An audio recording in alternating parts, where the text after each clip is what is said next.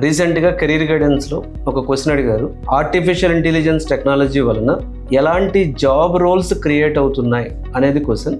Artificial intelligence వలన create అయినటువంటి ఒక 10 జాబ్ రోల్స్ గురించి వీడియోలో ఎక్స్ప్లెయిన్ చేస్తాను. Number 1, prompt engineer. ఈ ప్రాంప్ట్ ఇంజనీర్కి కావాల్సినటువంటి స్కిల్స్ మీకు క్రియేటివ్ రైటింగ్ కానీ, English clarity, AI tools usage ఇలాంటివి ఉంటే మీరు ప్రాంప్ట్ ఇంజనీర్గా ట్రై చేయొచ్చు.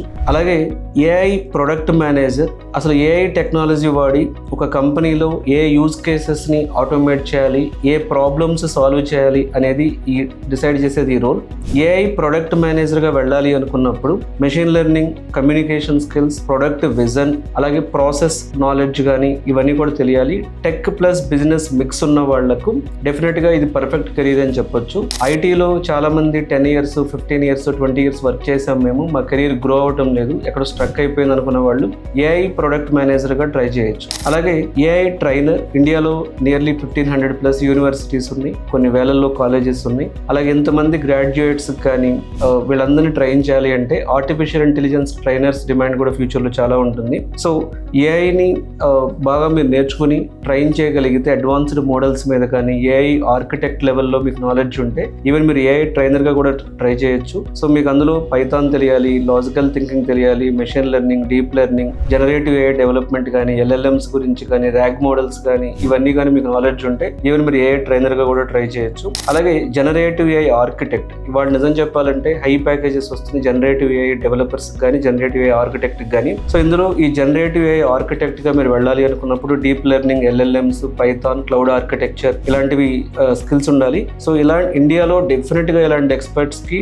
నాకు తెలిసి అయితే చాలా హ్యూజ్ ఓపెనింగ్స్ రాబోతున్నాయి. ప్రతి కంపెనీకి జనరేటివ్ ఏఐ ఆర్కిటెక్ట్స్ అవసరం అనేది ఉంటుంది. అలాగే ఇప్పుడు కొత్తగా ఓపెన్ అయిన రోల్ ఇంకొకటి ఏఐ ఎథిక్స్ ఆఫీసర్ అని చెప్పి, అంటే ఏఐ డెసిషన్స్ అన్ని ఫెయిర్గా ఉన్నాయా, బయాస్డ్ మోడ్లో ఉన్నాయా అనేది చెక్ చేసేది ఎథిక్స్ ఆఫీసర్ రోల్. సో వీళ్ళకి కూడా 16 lakhs నుంచి 35 lakhs వరకు ప్యాకేజెస్ ఉన్నాయి.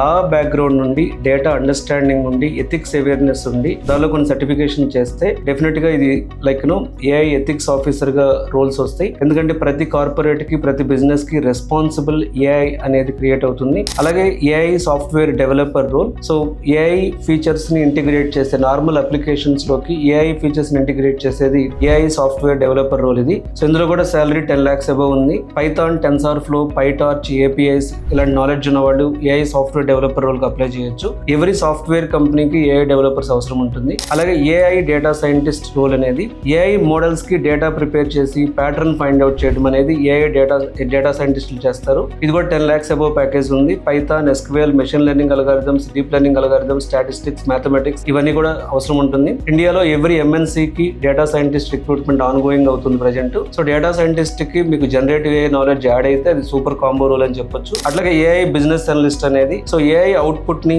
బిజినెస్ రిజల్ట్స్ ని కన్వర్ట్ చేయడం, అలాగే అనాలిసిస్ చేయడం అనేది ఏఐ బిజినెస్ అనలిస్ట్ రోల్ యొక్క ప్రధాన ఉద్దేశం. వీళ్ళకి కూడా సాలరీ 6-7 lakhs అబవ్ ఉన్నాయి. సో ఇందులో data visualisation, power BI, communication ఇలాంటి రోల్స్ ఉన్న వాళ్ళు ఏఐ బిజినెస్ అనలిస్ట్ గా ట్రై చేయొచ్చు. అట్లాగే ఏఐ రీసెర్చ్ సైంటిస్ట్. సో ఇప్పుడు కొత్త ఏఐ అల్గారిథమ్స్ ఇన్వెంట్ చేసేది ఏఐ రీసెర్చ్ సైంటిస్ట్ రోల్ ఇది. వీళ్ళకైతే మినిమం ప్యాకేజ్, స్టార్టింగ్ ప్యాకేజ్ ఇండియాలో కూడా 25 lakhs నుంచి 1 crore వరకు ఉన్నాయి. సో పిహెచ్డి లెవెల్ మ్యాథమెటిక్స్ కానీ, డీప్ లెర్నింగ్ కానీ, రీసెర్చ్ మైండ్ సెట్ కానీ ఉండి ఐఐటీస్, IITs, ఐఐఎస్సి ఇలాంటి బ్యాక్గ్రౌండ్ ఉన్న వాళ్ళు ఏఐ రీసెర్చ్ సైంటిస్టులుగా కూడా ట్రై చేయొచ్చు. బట్ ఇది అడ్వాన్స్డ్ మ్యాథమెటిక్స్ లెవెల్ కి, డీప్ లెర్నింగ్ లెవెల్ కి సంబంధించింది. ఈ రోల్స్ లో ఏఐ రీసెర్చ్ సైంటిస్ట్ అనే రోల్ హై ప్యాకేజ్ ఉంటుంది. ఏఐ జనరేటివ్ ఏఐ ఆర్కిటెక్ట్స్ కి, జనరేటివ్ ఏఐ డెవలపర్స్ కి ఎక్కువ పొజిషన్స్ ఉంటాయి.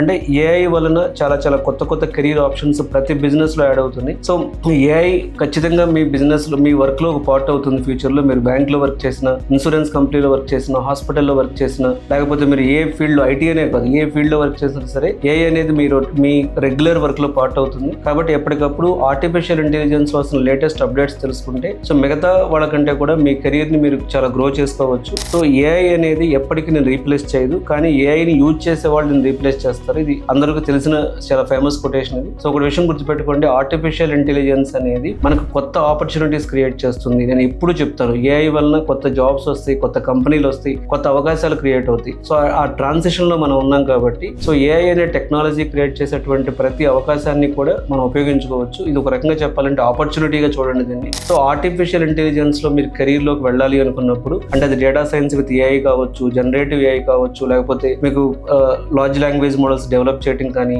ఏఐ రీసెర్చ్ సైంటిస్ట్ గా వెళ్ళాలి, లేకపోతే ఏఐని ఇంకా అడ్వాన్స్డ్ టెక్నాలజీస్ తో ఇంటిగ్రేట్ చేసే విధంగా వెళ్ళాలి, ఇలాంటి థాట్స్ మీకు ఉన్నప్పుడు, ఒకవేళ మీకు ఏదైనా కెరీర్ కన్ఫ్యూజన్ ఉన్నా, కెరీర్ గ్రోత్ గురించి మీరు ఆలోచిస్తున్నా, ఏఐ కెరీర్ గురించి ఆలోచిస్తున్నప్పుడు ఈ వీడియోలోని నెంబర్కి కాల్ చేసి అపాయింట్మెంట్ తీసుకుని కెరీర్ గైడెన్స్ అనేది పొందొచ్చు. Thank you.